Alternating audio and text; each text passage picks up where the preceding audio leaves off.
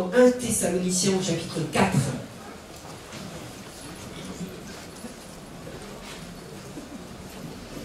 1 Thessaloniciens chapitre 4.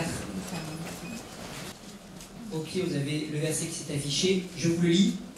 Au reste, frères, puisque vous avez appris de nous comment vous devez vous conduire et plaire à Dieu, et que c'est là ce que vous faites, nous vous prions et nous vous conjurons au nom du Seigneur Jésus de marcher à cet égard de progrès en progrès. Amen. Peut-être que vous avez une version un peu différente. Moi, la version que j'ai sous les yeux nous dit « Nous vous y encourageons dans le Seigneur Jésus, progressez encore. » Progressez encore. Et il y a encore d'autres versions qui disent « Vous pouvez encore faire mieux. » Vous pouvez encore faire mieux. Et Paul est en train de dire aux Thessaloniciens, et je vous invite à relire ce chapitre chez vous tranquillement, même si je ne vais pas développer ce chapitre-là, c'est juste une brève introduction. Mais Paul est en train de dire aux Thessaloniciens, je sais que vous marchez déjà comme il faut. C'est bien. Il y a des acquis, vous marchez bien déjà. Mais vous pouvez encore progresser. Et ce matin, j'ai envie de vous dire la même chose. Je sais que vous marchez comme il faut. Je sais que vous faites ce qu'il faut pour essayer de plaire à Dieu, pour marcher dans le bon chemin, le droit chemin. Et j'ai envie de vous dire comme Paul, vous pouvez encore progresser. On peut toujours progresser. Amen. Et je pense que ça doit être un des désirs, une des motivations de notre cœur, de vouloir sans cesse progresser. Il y a un jour où on n'aura plus besoin de progresser, c'est quand on est mort. Là, tu ne peux plus progresser. Et puis quand on sera là-haut, quand on sera au ciel avec notre Dieu, on n'aura plus besoin de progresser, on sera en contact direct avec notre Dieu. Mais tant que nous sommes sur cette terre, qui peut se vanter de tout connaître? Qui peut se vanter d'avoir atteint la perfection? Il y en a ici? Non, personne? Moi non plus. Jésus. Merci Gérard. Merci Jean-Jacques. Mais aucun d'entre nous ne peut se vanter ce matin d'avoir déjà atteint la perfection, d'avoir la connaissance absolue. Et donc on ne peut que progresser. Et on devrait avoir ce désir en tout cas de progresser. Et c'est quand nous n'avons plus ce désir de progresser que nous commençons à régresser. Quand nous commençons à régresser. D'accord? C'est un principe. Parfois le fait de stagner déjà, le fait d'arrêter, c'est déjà régresser. D'accord? Si vous êtes dans un groupe qui est en marche, tout le groupe marche. Si moi je m'arrête, ben c'est comme si j'avais reculé au final. Je n'ai pas reculé, mais comme je suis resté, le groupe a continué d'avancer. Moi je suis resté où j'étais. Donc c'est presque l'équivalent de si j'avais reculé. Donc nous avons besoin sans cesse de progresser. Et surtout par ces temps qui courent, si vous tenez un peu au fait de l'actualité, mais pas seulement l'actualité politique, hein, l'actualité générale. Moi quand je vais sur Internet et que je regarde un peu ce qui est dit, ce qu'on trouve, je me dis on est vraiment dans la fin des temps. On est vraiment dans la fin des temps. Je ne sais pas si vous réalisez, ce matin il y a eu plusieurs dons spirituels qui allaient dans ce sens-là, qui disaient mais n'entendez-vous pas cette trompette qui sonne au loin, qui annonce mon avènement? Nous sommes dans la fin des temps. Quand on prend l'Apocalypse parle de la grande persécution. Et on se dit, mais quand est-ce que cette grande persécution va-t-elle arriver? Demandez aux chrétiens en Inde, en Indonésie, qui seront massacrés, qui sont brûlés. Je pense que pour eux, c'est évident que c'est déjà maintenant. Nous, on peut se poser cette question encore parce qu'on vit un peu tranquillement, mais je pense que ces chrétiens au Yémen, où des centaines d'églises ont été brûlées cette semaine et les semaines qui viennent de passer, je pense qu'ils ne se posent pas la question de savoir quand est-ce que la grande persécution viendra. Pour eux, ils y sont déjà. Et soyons conscients que, effectivement, ce que la Bible annonce, ce que la Bible a annoncé, est en train de vraiment arriver. Et une des choses que la Bible annonce également, c'est que dans les derniers temps, il y aura beaucoup de faux prophètes, de fausses doctrines, des personnes qui vont se lever pour enseigner de fausses choses. Et je suis inquiet quand je regarde sur Internet le nombre de faux docteurs qu'il peut y avoir, qui se lèvent et qui proclament des choses contraires à la bonne parole. Et qui se basent sur la parole. D'accord? C'est pas des gens qui inventent de nouvelles religions. C'est des gens qui se disent chrétiens, qui se disent prophètes, et qui sont des charlatans. Et qui sont vraiment charlatans. Je suis désolé de le dire ainsi, mais ce sont vraiment de charlatans. Qui prennent la parole, qui détournent la parole, excusez-moi. Qui détournent la parole, qui détournent les versets, qui sortent les versets de leur contexte pour en dire autre chose, et pour dire ce qu'ils ont envie de dire. Et combien de gens crédules suivent simplement? Parce qu'ils ne sont pas affermis dans la parole de Dieu. Et nous avons besoin de progresser. Nous avons besoin de nous affermir dans la parole de Dieu. Et ça me permet de refaire un peu de publicité pour l'Institut biblique qui reprend le 7 février. Inscrivez-vous à l'Institut biblique. Prenez le temps de vous former. Prenez le temps de vous former. Nous avons la chance d'avoir un pasteur, Jean-Claude Boutinon, qui a fait des études en théologie, qui a pris le temps de se former, qui a pris le temps d'étudier, qui a pris le temps d'aller dans des grandes bibliothèques, d'étudier de grands théologiens, de fouiller ce qu'il y avait, et qui a eu à cœur de former les chrétiens là-dedans. Prenez le temps de suivre cet enseignement. Prenez le temps. C'est essentiel. Par les temps qui courent, c'est essentiel. On est soumis à toutes sortes de faux enseignements. On est soumis à toutes sortes de faux prophètes aujourd'hui. Tout YouTube, il n'y a que ça. Il n'y a pas que ça non plus, mais il y en a tellement qu'on peut facilement se laisser déstabiliser et se laisser embarquer au doute si nous ne sommes pas un minimum affermis. Nous avons besoin d'être solides dans la parole de Dieu. Amen. Et c'est une des raisons pour ce matin que j'aimerais reparler de la Trinité. Une des doctrines fondamentales de notre croyance. Une des doctrines fondamentales qui est mise à mal, pas seulement par certains faux prophètes, mais aussi par d'autres religions. Si vous parlez, et de plus en plus, les musulmans s'y connaissent un petit peu et remettent en cause évidemment la Trinité, mais les témoins de Jéhovah remettent aussi en cause la Trinité. Il y a une branche du christianisme, une branche entre guillemets, qu'on appelle les Jésus seuls, issus du brahmanisme, qui remet en cause aussi la Trinité. Et on peut se laisser dérouter un petit peu si on n'est pas affermi, si on ne connaît pas correctement sa parole, on peut être dérouté un petit peu. Et ce matin, je pensais que c'est vraiment important de revenir sur un de ces points fondamentaux de notre foi, sur laquelle est basée notre foi, la Trinité.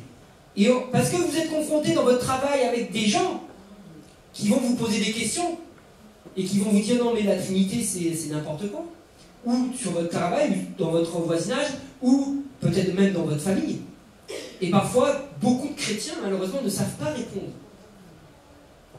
Oui, je crois en Jésus, il n'y a pas de problème, je crois à la Trinité, mais le défendre, et quand on vient me poser des questions, et qu'on vient me...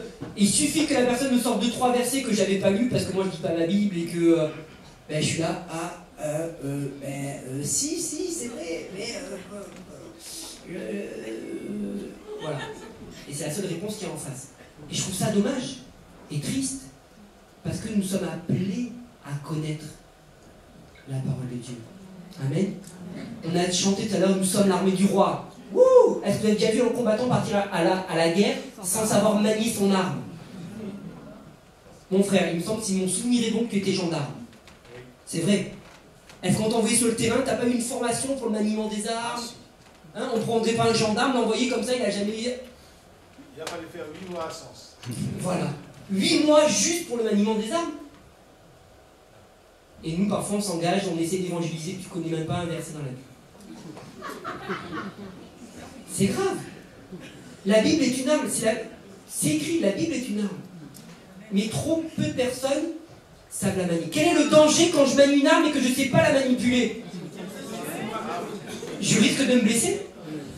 Et c'est pour ça qu'il y a autant de chrétiens blessés aujourd'hui. Parce qu'ils manient une arme, qu'ils ne savent pas manier, ils se blessent eux-mêmes.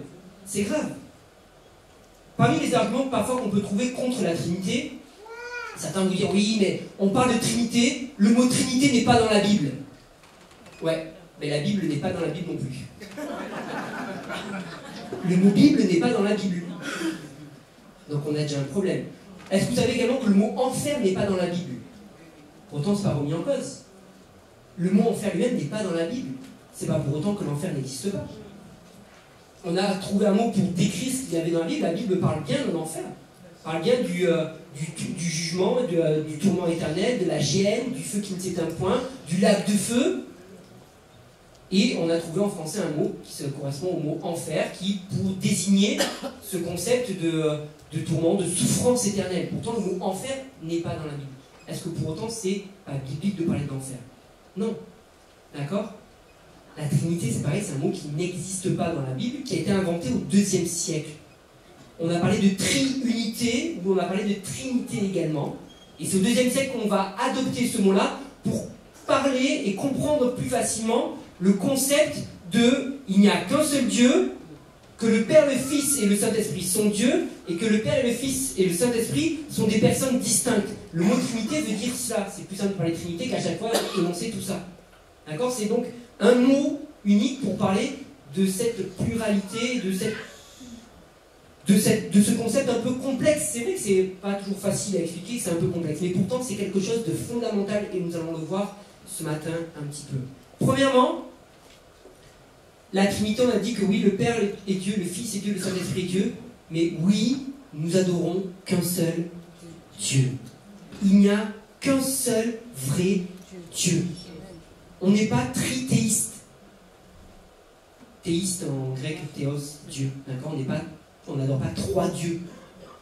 On n'a pas une triple divinité. C'est pas vrai. On adore un seul Dieu. Il n'y a qu'un seul Dieu.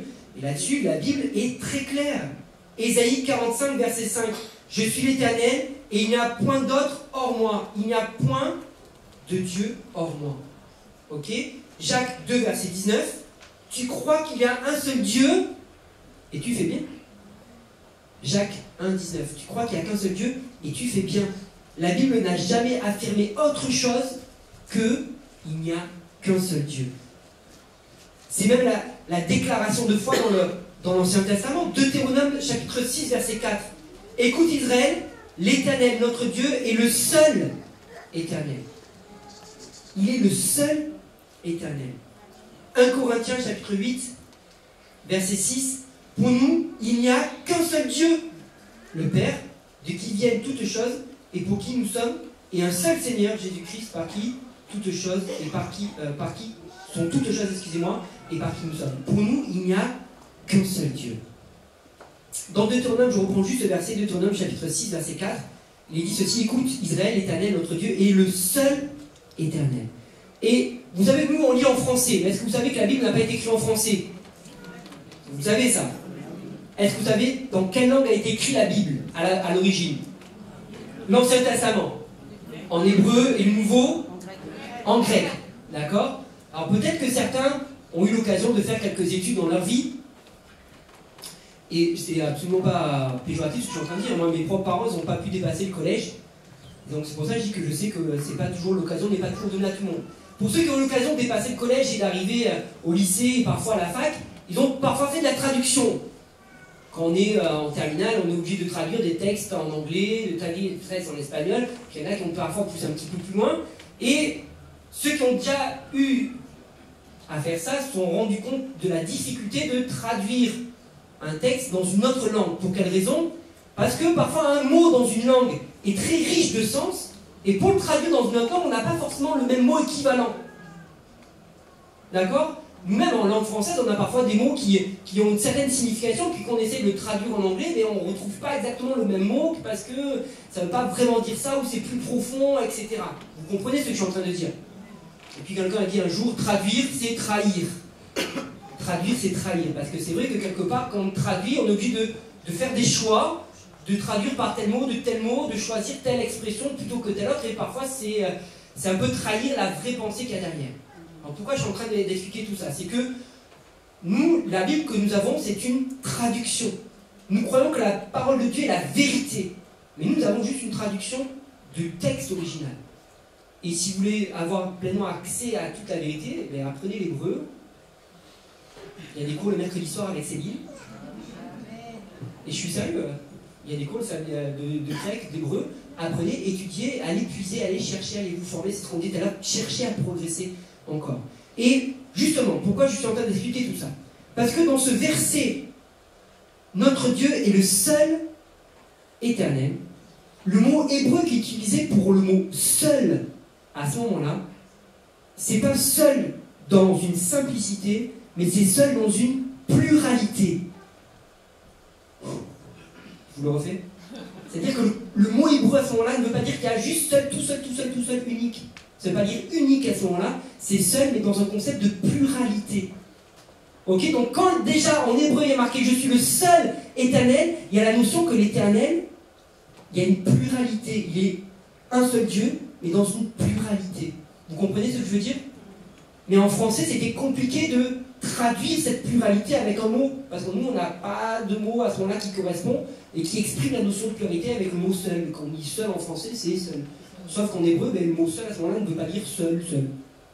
Donc vous comprenez, traduire à ce moment-là, c'est un petit peu compliqué.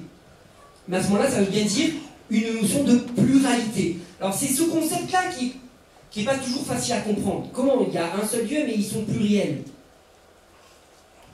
La Bible dit que nous avons été créés à son image. Amen. Amen. Nous avons été créés à son image. D'ailleurs, au passage, dans Genèse, il y a bien marqué Dieu fit l'homme et il dit créons-le à mon image. Créons-le à notre image. Déjà, on a cette notion de pluralité déjà dès la Genèse, hein, au passage. Créons l'homme à notre image. Mais regardez, nous sommes aussi une personne, mais nous avons en nous ce concept de pluralité. Parce que vous avez bien un corps, mais vous avez aussi l'âme. D'accord? L'esprit. Donc on est bien une personne, on est bien là, seul. Je suis bien moi, seul là. Vous me voyez bien seul, mais pourtant, en moi, il existe cette complexité de la pluralité. Je suis bien pluriel, dans le sens où j'ai pas juste un corps. J'ai pas juste un corps. D'ailleurs, c'est bien ce qui nous différencie entre aujourd'hui nous et puis un robot. Un robot, il est seul, lui, par contre. Hein. D'accord? Il est bien tout seul. S'il n'y a pas de programme derrière, même si on arrive à développer aujourd'hui un peu l'intelligence artificielle, à créer une forme d'intelligence, ça reste que si on ne l'avait pas programmé à la base, il ne peut rien faire. Nous ne sommes pas seuls. On est seuls, mais dans ce concept de pluralité. Vous arrivez à comprendre ou pas? Je suis assez clair? Ça va? Donc là, c'est la même chose avec Dieu. Il est seul, mais avec ce concept de pluralité, et c'est ce que dit le texte hébreu à ce moment-là. Il y a cette notion de pluralité. Nous allons voir maintenant les quelques versets, quelques versets parce qu'il y en a beaucoup, mais on ne va pas tous les voir, quelques versets qui nous prouvent dans la Bible que le Père est Dieu, que Jésus est Dieu, et que le Saint-Esprit est Dieu. Que le Père est Dieu, ça pose en principe de problème à personne. Donc on va voir juste un ou deux versets, et on est assez d'accord là-dessus. Colossiens 1, verset 2, par exemple, que la grâce et la paix vous soient données de la part de Dieu, notre Père. L'Ancien Testament également affirmait déjà que Dieu est un Père dans Ésaïe 63, verset 16. Il y a pas mal d'autres versets. Je ne vais pas trop m'attarder sur le Père ce matin, parce que ça ne pose pas trop de problèmes de manière générale. Dieu, le Père, il n'y a pas trop de soucis. Notez éventuellement, si vous voulez, Colossiens 1, chapitre 2, Ésaïe 63, verset 16. Notez-les, puis vous le relirez, et puis vous trouvez plein d'autres versets également. En revanche, là où ça pose souvent problème, c'est justement sur Jésus et Dieu. Beaucoup sont prêts à reconnaître Jésus comme un prophète, Jésus comme quelqu'un de bien, comme un grand penseur, mais Jésus comme Dieu, c'est là où ça pose problème, pour beaucoup. Les musulmans, les témoins de Jéhovah. Alors les témoins de Jéhovah, quand vous leur parlez, ils vont vous dire, oui, mais Jésus est fils de Dieu, oui, on le croit. Comme toi et moi, on est fils de Dieu. Au même niveau, quoi. On est fils de Dieu, ben, la Bible affirme qu'on est enfant de Dieu. Donc on est fils de Dieu. D'accord? Si on est fils de Dieu, Jésus est aussi fils de Dieu. Ok? On est au même niveau, quoi. Mais c'est pas ce que la Bible affirme. Jésus est fils de Dieu, oui, mais il est Dieu aussi. Et ça, c'est quelque chose qu'il faut vraiment intégrer, c'est très important. Jésus est Dieu. Colossiens chapitre 2, verset 9, et on va voir plusieurs versets. Par contre, là, concernant Jésus, bah, c'est vraiment important ce matin que vous compreniez bien ceci, que Jésus est Dieu. Il n'est pas juste un prophète, il n'est pas juste fils de Dieu, qu'on prête fils de Dieu nous-mêmes. Jésus est Dieu. Car en lui habite corporellement toute la plénitude de la divinité. En lui habite corporellement toute la plénitude de la divinité. En lui, il y a toute la divinité. Romains 9, verset 5. Romains 9, verset 5. Et les promesses, et les patriarches, et de qui est issu selon la chair, le Christ, qui est au-dessus de toutes choses, Dieu béni éternellement. Amen. Alors, on revient au même problème de traduction que nous avons eu, que je vous ai expliqué tout à l'heure. Nous, en français, quand on lit ce texte-là, on lit, il y a dedans, selon la chair, le Christ, qui est au-dessus de toutes choses, Dieu béni éternellement. C'est pas si évident à la lecture française que Dieu à ce moment-là fait référence à Christ. Ou que Christ est Dieu à ce moment-là au travers de ce verset. Ça ne paraît pas si évident que ça. Sauf que dans la construction de la phrase grecque, puisque le texte est écrit en grec à ce moment-là, Dieu se rapporte clairement à Christ dans le même verset. D'accord? Comment est écrit le verset en grec? Dieu fait référence à Christ à ce moment-là. Nous, on a l'impression en lisant en français que ce sont deux choses séparées, que c'est distinct. On a Christ d'un côté, puis Dieu bénit éternellement, voilà, super. Mais pas dans le grec. À ce moment, dans la phrase grecque, Dieu fait référence à Jésus à ce moment-là. Autrement dit, Jésus est bien le Dieu qui bénit éternellement.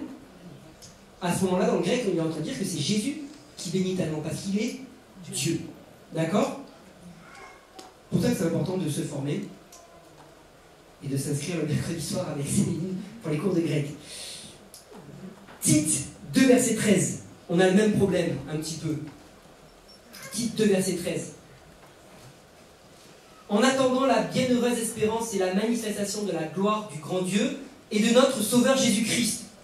Là, c'est pareil. En français, la façon dont c'est écrit, on a l'impression qu'on a Dieu d'un côté et qu'on a notre Sauveur Jésus-Christ de l'autre côté. Mais c'est exactement le même principe que dans Romains. Dans le grec, dans le texte qui a été écrit à l'origine, et l'auteur, donc Paul, puisque c'est Paul qui écrit à Tite à ce moment-là, dans la grecque, il n'y a aucun doute possible sur le fait que Dieu, le grand Dieu, la gloire du grand Dieu, fait référence à Jésus-Christ. Et dans la construction de la phrase grecque à ce moment-là, c'est évident, il n'y a pas de doute possible, il n'y a pas de discussion possible sur le fait que Jésus est bien rattaché à Dieu, que le grand Dieu fait bien référence à Jésus-Christ à ce moment-là. D'accord? Donc c'est pour ça que les personnes qui se basent uniquement sur le texte français pour essayer de venir, oui, mais marqué ici, il faut dire, mais attends, qu'est-ce que dit la version grecque et comment ça a été traduit? Alors c'est sûr, si vous n'avez pas de texte grec à ce moment-là et que vous ne pouvez pas lire le grec à ce moment-là, c'est un peu compliqué. Mais avant de vous laisser embarquer, avant de vous laisser troubler, venez voir Jean-Claude, venez voir Céline, on dit on m'a dit ça, et ça me paraît un peu bizarre parce que c'est pas ce que tu enseignes d'habitude, et on essaie de mettre le doute. Est-ce qu'ils ont raison? Est-ce qu'ils n'ont pas raison? Est-ce que le texte grec, qu'est-ce qu'il dit? Moi je ne lis pas le grec. Renseignez-vous. Avant de croire tout ce qu'on vous raconte, avant de croire tout ce que vous pouvez trouver sur Internet, renseignez-vous et vérifiez si ce ne sont pas des charlatans qui utilisent la parole pour faire ce qu'ils ont envie avec. D'accord? C'est facile de prendre un verset, pour en faire dire ce qu'on veut. Vous comprenez ou pas? Je prends un verset, je le sors du contexte, ça ne veut plus rien dire. Petite blague, pour comprendre. Un homme un jour cherchait à ce que Dieu lui parle. Il cherche à ce que Dieu lui parle et il prend sa Bible comme ça, il dit je vais prendre la Bible au hasard, il fait tourner ses pages, il met son doigt, il dit Seigneur parle-moi, j'ai vraiment besoin que tu me parles en ce moment. Il met son doigt et son doigt tombe sur et Judas alla se pendre. Il fait non Seigneur, tu ne peux pas m'avoir dit ça quand même, c'est pas possible. Il tourne les pages encore, il tourne, il met son doigt au hasard, Seigneur là il faut vraiment que tu me parles. Il tombe sur le verset et toi fais de même. Vous comprenez que prendre un verset et le sortir de son contexte, on peut faire n'importe quoi avec. D'accord? Donc c'est important de savoir déjà le contexte dans lequel ça a été écrit, et puis si vous avez la possibilité, Céline a encore de la place dans ses cours de grec et d'hébreu, si vous avez la possibilité, étudiez, c'est important. D'accord? Donc Jésus, là on le voit, au travers de ces déjà des différents versets, il est pleinement Dieu. Les versets se rattachent. Pour quelle autre raison la Bible nous montre que Jésus est également Dieu? C'est par rapport à ce qu'on lui attribue. Ce qu'on attribue à Jésus, ce sont les attributs qu'on donne à Dieu. Apocalypse 1, au verset 18, nous dit ceci, que Jésus est le premier et le dernier. Il n'est dit ça d'aucun prophète dans la Bible. Dans la Bible, il n'y a aucun prophète à qui on est dit il est le premier et le dernier. Il n'y a aucun ange dans la Bible à qui on est dit il est le premier et le dernier. Qui peut être le premier et le dernier si ce n'est Dieu? Qui peut être là depuis le début jusqu'à la fin si ce n'est Dieu? Et pourtant, Apocalypse affirme que Jésus est le premier et le dernier. Il est donc Il est donc Dieu. D'accord? Hébreux chapitre 13 verset 8. Jésus-Christ est le même hier, aujourd'hui, éternellement.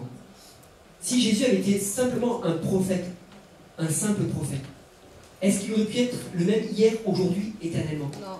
D'accord? Si ça avait été un simple prophète, ça veut dire qu'il était un simple homme. Ok? Vous-même qui êtes là, vous n'êtes pas le même qu'hier, aujourd'hui et demain. Pour quelle raison? Parce que hier, vous n'étiez pas converti. Et avant, vous soyez converti, vous n'êtes pas du tout le même qu'aujourd'hui. Et puis, comme vous allez progresser, vous ne serez pas le même demain.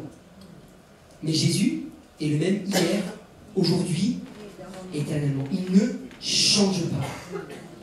Or, qui peut ne pas changer si ce n'est Dieu? Qui peut rester immuable si ce n'est Dieu?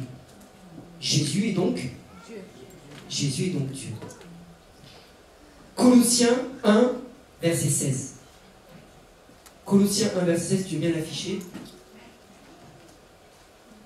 Colossiens 1, verset 16, car en lui ont été créées toutes les choses qui sont dans les cieux et sur la terre, les visibles et les invisibles, trône, dignité, domination, autorité, tout a été créé par lui et pour...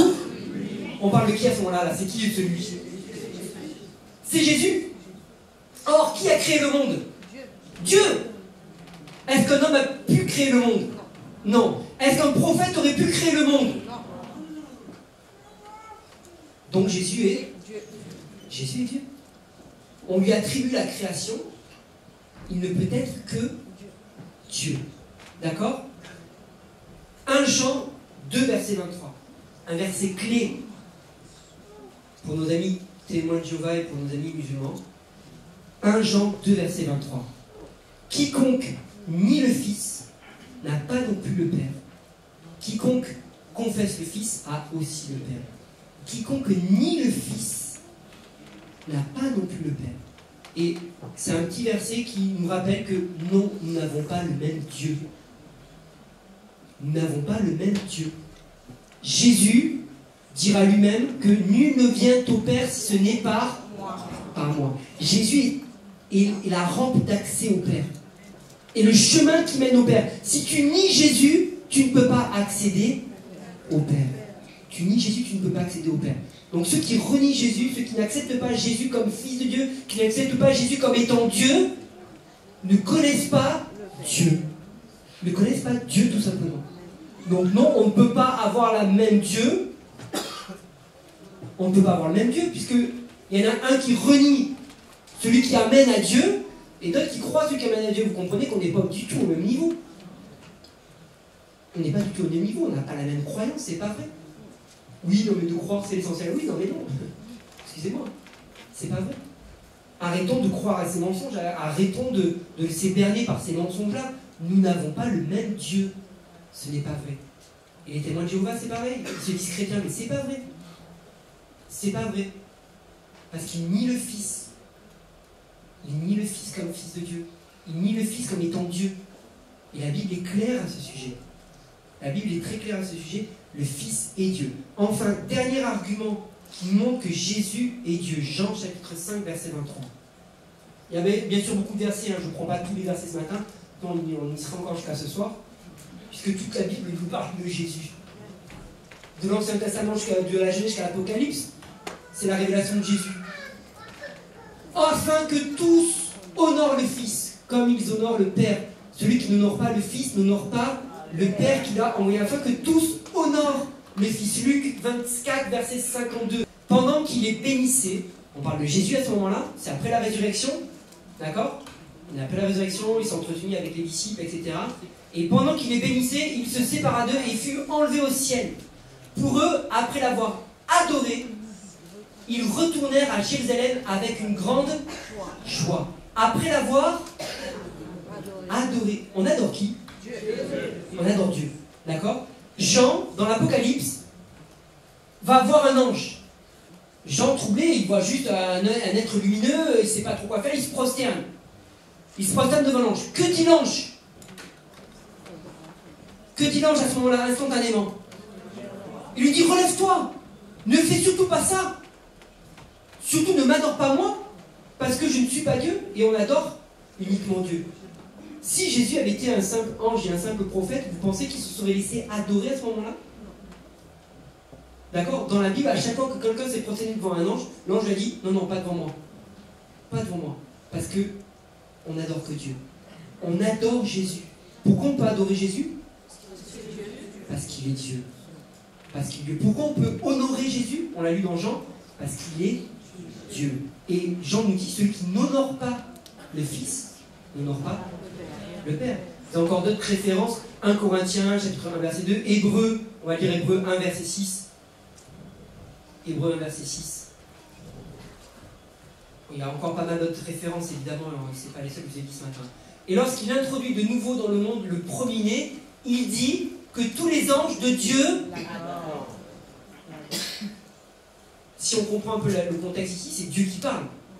Dieu lui-même qui parle et qui dit que tous les anges adorent celui qui a été introduit dans le monde comme le premier-né. Que tous les anges adorent. Donc tous les anges adorent qui à ce moment-là? On parle, ça fait référence à qui? À Jésus. Tous les anges adorent Jésus. Pourquoi les anges adorent Jésus? Parce que c'est un bon prophète?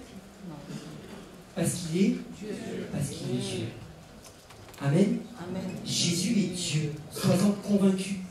Ne te laisse pas emporter par le doute, par des personnes qui viendraient manipuler certains versets de la Bible, qui essaieraient de montrer le contraire.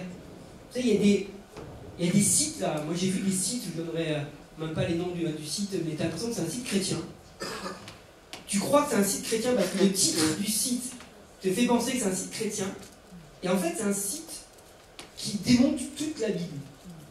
Et qui démonte toute la foi chrétienne. En utilisant des versets en plus de ça. Mais, une fois de plus, c'est des versets sortis de leur contexte. C'est des versets qui sont mal employés. Et qui font dire à ces versets, ils font des commentaires avec ces versets-là, qui n'ont rien à voir avec ce que dit vraiment le verset.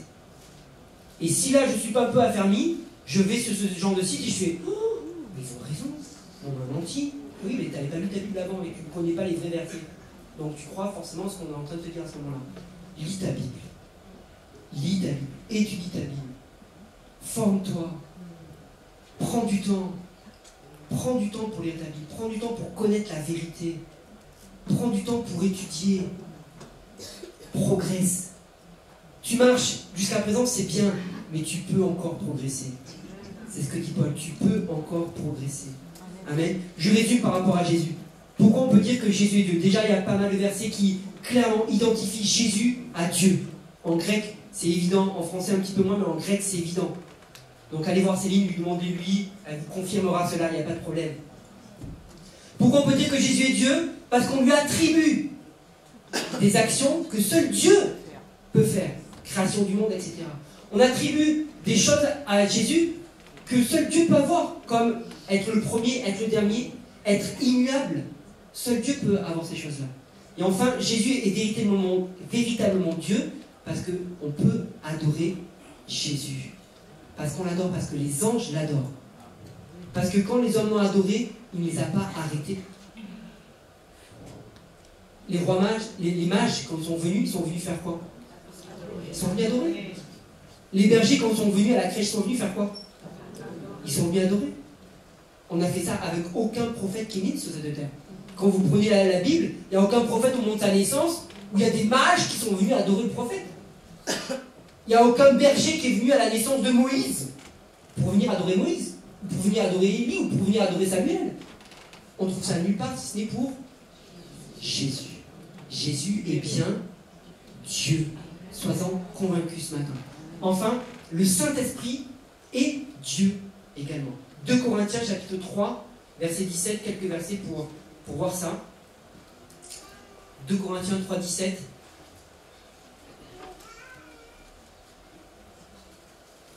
Or le Seigneur c'est l'Esprit, et là où est l'Esprit du Seigneur, là est la liberté. Le verset est clair, hein. On ne va pas faire un commentaire pendant 10 ans. Le Seigneur c'est l'Esprit. Un autre verset. Dans 1 Corinthiens 3, 16.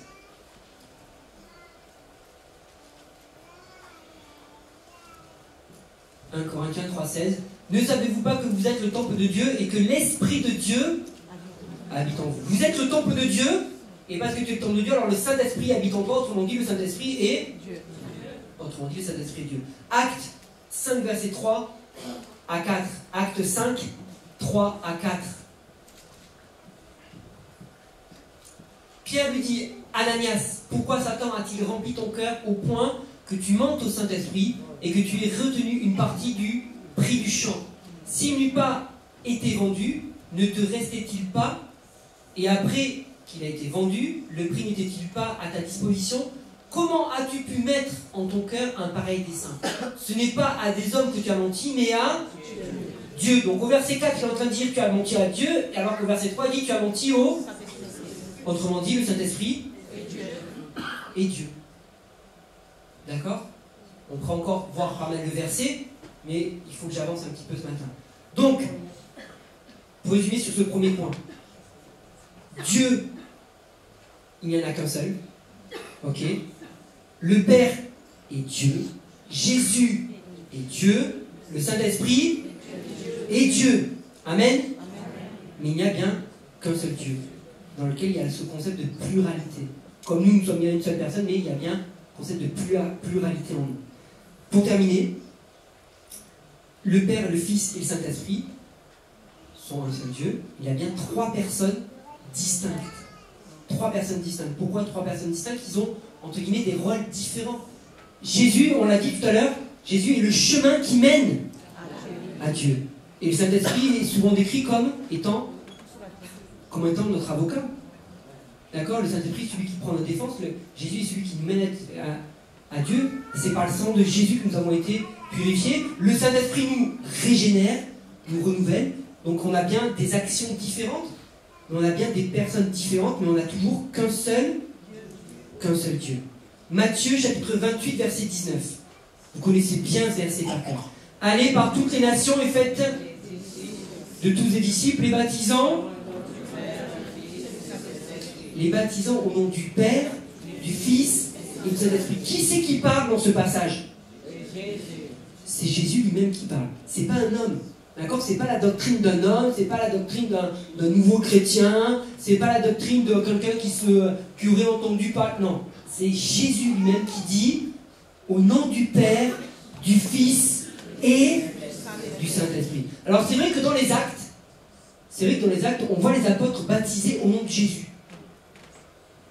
Dans les actes, on voit les apôtres baptisés au nom de Jésus. Et certains sont engouffrés dans une brèche là, pour dire oui, il faut baptiser qu'au nom de Jésus, ça c'est le vrai baptême. Regardez, dans les actes, on voit les apôtres baptisés au nom de Jésus. Alors premièrement, premier argument, j'ai envie de dire, est-ce qu'il vaut mieux écouter Jésus ou ses apôtres? Il vaut mieux suivre quoi? Le maître ou les disciples? Le maître. D'accord, donc déjà le maître dit baptisé au nom du Père, du Fils et du Saint-Esprit. Deuxièmement, c'est toujours pareil, il faut remettre dans son contexte historique. Pour quelle raison les apôtres auraient pu changer la formule de Père, Fils et Saint-Esprit en « faut baptiser au nom de Jésus ». Il y a un petit contexte historique, c'est que à l'époque des apôtres, les Juifs baptisaient déjà. Rappelez-vous, Jean-Baptiste baptisait déjà. Jean-Baptiste baptisait déjà et Jésus à ce moment-là lui-même s'est fait baptiser par Jean-Baptiste. Donc il y avait déjà une notion de baptême, etc. Et baptiser au nom du Père, ou baptiser au nom de Dieu, ça ne posait pas trop de problèmes. D'accord? Ce qui posait problème aux Juifs de l'époque, c'était Jésus. Ça posait clairement problème, Jésus, à ce moment-là, à cette époque-là. Et donc, baptiser au nom de Jésus, c'était clairement et annoncé, rappelez-vous, quand on se fait baptiser, c'est témoignage public que Jésus est Dieu et témoignage public de à qui je donne ma vie, à qui j'appartiens et qui je vais suivre. Baptiser au nom de Dieu, à ce moment-là, ça posait pas trop de problèmes. Mais se faire baptiser au nom de Jésus, là, ça posait vraiment problème. Parce que tu étais clairement en train d'affirmer que tu reconnaissais que ce Jésus qui a été cloué sur une croix il y a quelques années en arrière était bien le Fils de Dieu et que tu reconnaissais que ce Jésus-là est bien celui qui peut laver et purifier les péchés. Et donc c'est pour ça que les apôtres à ce moment-là, c'est une des raisons, en tout cas historique, pour laquelle ils ont baptisé au nom de Jésus. Parce que c'est ce nom-là qui posait problème dans les premiers siècles et dans les premières années. C'est ce nom-là. Mais c'est pas une raison pour s'engouffrer, pour dire, eh ben oui, non, mais il faut baptiser au nom de Jésus. Parce que Jésus a dit, baptisez au nom du Père, du Fils et du Saint-Esprit. D'accord? Il y a bien 3 personnes. Quand Jésus lui-même a été baptisé, qu'est-ce qui s'est passé? Qu'est-ce qui s'est passé? Il y a d'abord eu une voix qui s'est fait entendre. Qu'est-ce qu'elle dit, la voix?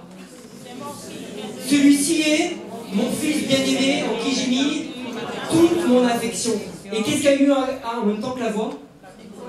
La colombe représente quoi dans la Bible? Le Saint-Esprit. On a à ce moment-là la manifestation des 3 personnes. Ce qui montre bien qu'on a bien 3 personnes distinctes. D'accord? Parce qu'un des arguments des Jésus seul, c'est qu'il n'y a qu'un seul Dieu, qu'une seule personne, et qui se manifeste tantôt par le Père, tantôt par le Fils, tantôt par le Saint-Esprit, mais jamais les 3 en même temps. Et j'aimerais bien savoir qu'on les explique ce passage du coup. Parce que là, on a bien Dieu le Père qui parle, on a bien le Fils qui est là, et on a bien le Saint-Esprit qui est là. Donc on a bien 3 personnes distinctes. D'accord? Donc non, parler de Trinité n'est pas une hérésie. Oui, parler de Trinité, c'est biblique. Et oui, c'est fondamental pour notre foi chrétienne. C'est fondamental pour notre foi chrétienne. Le Père est Dieu, et le Père est une personne. Le Fils est Dieu, et le Fils est une personne. Le Saint-Esprit est Dieu, et le Saint-Esprit est une personne. Et je termine juste avec ce point, parce que parfois on accepte facilement que le Père soit une personne, on accepte facilement que Jésus soit une personne, mais parfois on a un peu plus de mal sur le fait que le Saint-Esprit soit une personne également. Ok? Mais on l'a lu déjà dans Actes. Dans Actes, on a vu qu'on peut mentir au Saint-Esprit. Je ne sais pas vous, mais en principe, on ment à une personne. Donc déjà, Actes nous montre que le Saint-Esprit est une personne, puisqu'on peut lui mentir. Qu'est-ce qui nous montre également que le Saint-Esprit est une personne? On voit dans d'autres versets qu'on peut attrister le Saint-Esprit. Ce qui montre une fois de plus que le Saint-Esprit est bien une personne à part entière dans la Trinité.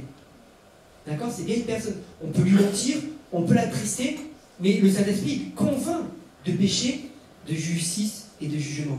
C'est lui qui convainc, c'est le Saint-Esprit.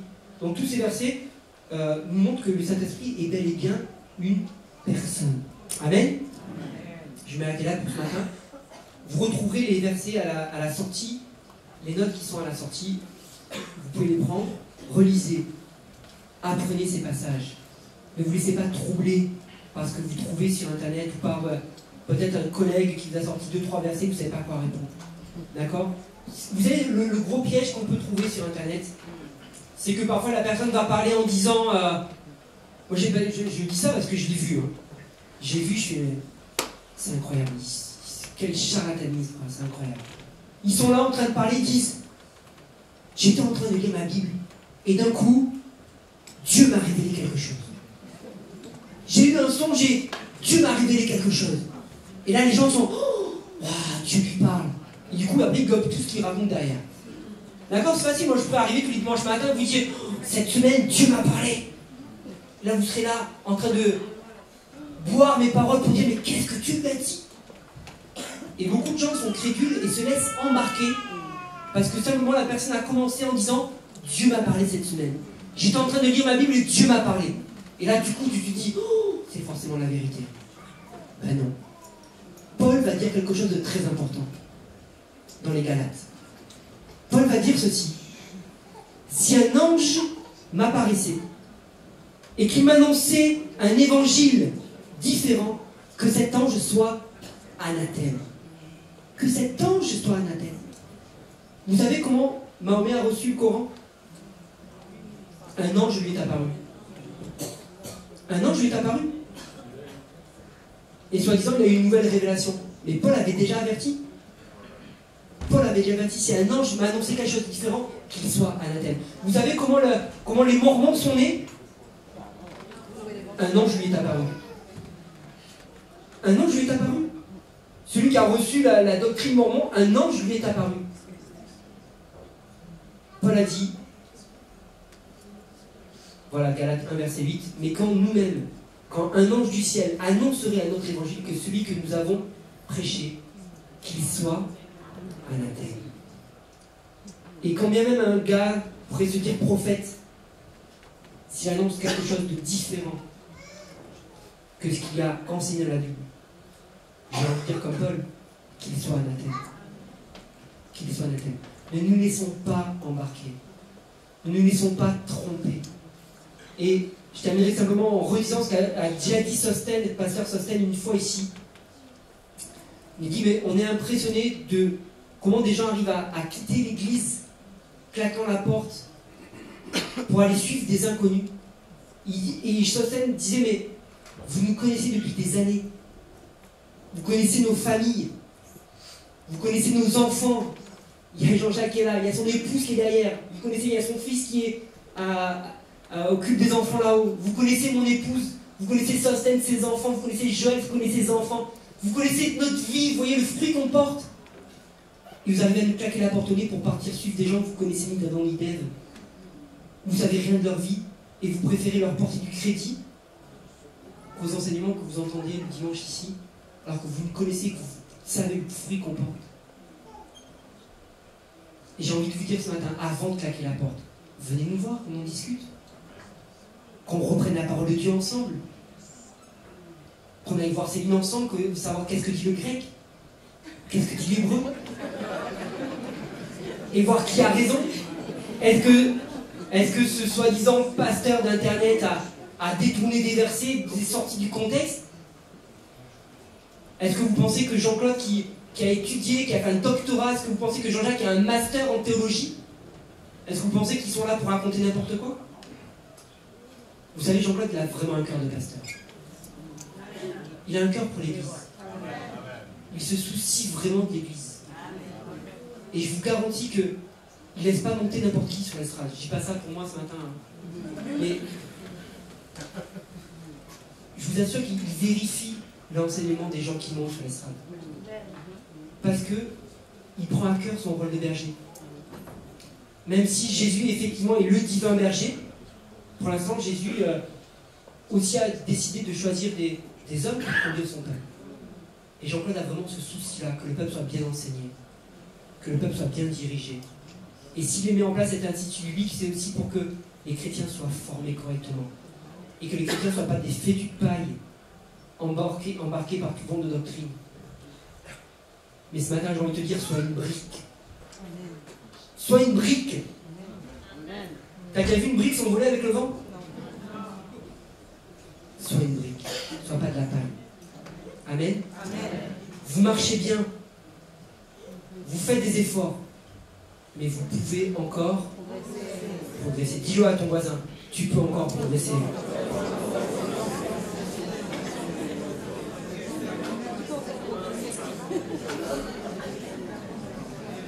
Je vous invite à vous lever, on va terminer par la prière.